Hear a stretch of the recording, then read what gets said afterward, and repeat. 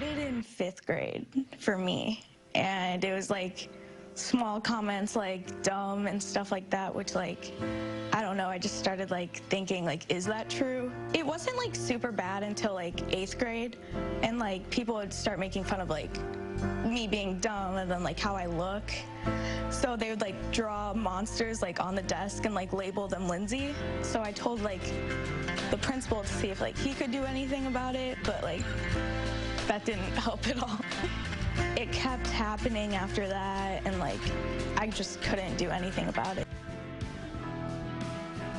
Lyndsey Harris and her mother, Tonya, are sharing a powerful story of Lyndsey's experience being bullied in school because of a learning disability. The mother-daughter duo from St. Charles are telling their inspiring story in that documentary, You're Gorgeous, I Love Your Shirt. This is an inside look at bullying and mental health. And Lyndsey and Tonya are joining us now in our studios to discuss this documentary. Thanks for coming in, both of you. I just have to ask you right off the bat, what made you decide to do this documentary? Did you get asked first and then you talk to Lyndsey about it? How did this come about? Well, I had a speaking coach, and I was beginning to speak on it just because I feel like it's a message that needs to get out. And so as we were working on it, things were happening at school, and so it kind of catapulted from there. And I was working with Tricia Brouk, who's an amazing filmmaker. She was helping me with my talk, and we just kind of went from there. She's like, we need to shoot this. And did you agree immediately? Were you a little hesitant, Lyndsey? I was thinking about it for a while, but I thought like if I could help somebody, then it would be all worth it. And so that's why you decided to do it. And that's pretty much what you both are trying to do now is help people. But I have to ask you, where did this name come from? You're gorgeous, I love your shirt. Oh yeah, do you want that? So who came in? Marla Schultz, she's a comedian, and she was giving me advice as we were going through this. And she said, if somebody is saying something to you, you should say, oh, you're gorgeous, I love your shirt. And that's a line from the documentary. Okay, so in other words, if somebody's bullying you or saying something mean, that's your comeback. Okay. Right. So you had a learning disability, which became very difficult in school. You probably were trying to figure out how to deal with it. Did you have any idea she was going through this bullying? Not to the extent. I mean, this started in 3rd grade when we found out about the initial diagnosis. So I think it's just, she had a little bit of stigma as kids get.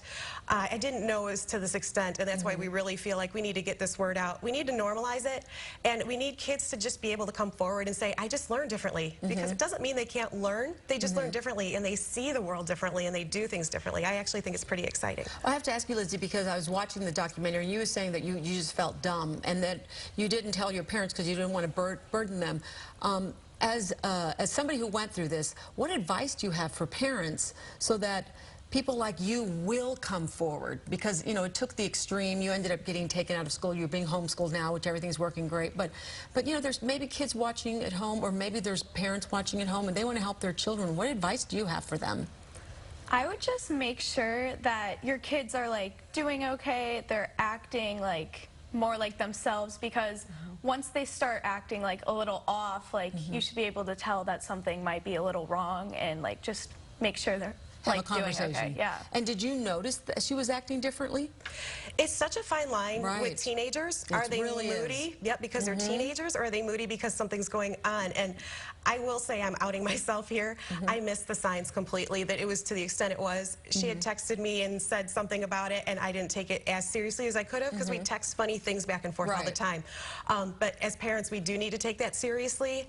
And once I noticed what extent it was, is when we really started acting on it, and putting her in things she loves to build her back up and make her feel good about herself. So did you feel like you kind of were sending hints to your mom and dad?